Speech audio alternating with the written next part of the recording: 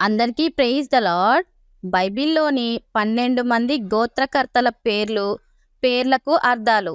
మొదటిగా రూబేను, ఇదిగో ఒక కుమారుడు. రెండవదిగా షిమ్యోను, ఆలకించువాడు. మూడవదిగా లేవి, హత్తుకొని ఉండుట. నాలుగవదిగా యూదా, స్తోత్రము లేక స్తుతించుట. ఐదవదిగా జెబులోను, నివాస స్థలము. ఆరవదిగా ఇశ్శాకారు, కొనబడెను లేక కూలి లేక ప్రతిఫలము. ఏడవదిగా దాను, న్యాయాధిపతి. ఎనిమిదవదిగా ఆషేరు, సౌఖ్యము లేక సంతోషము. తొమ్మిదవదిగా నఫ్తాలి, పోరాడి గెలుచుట. పదవదిగా ఎఫ్రాయిము, రెండంతల వృద్ధి, రెండంతల ఫలము. 11వదిగా మనష్షే, మరిచిపోవునట్లు చేయువాడు. 12వదిగా బెన్యామీను, కుడి చేతి కుమారుడు.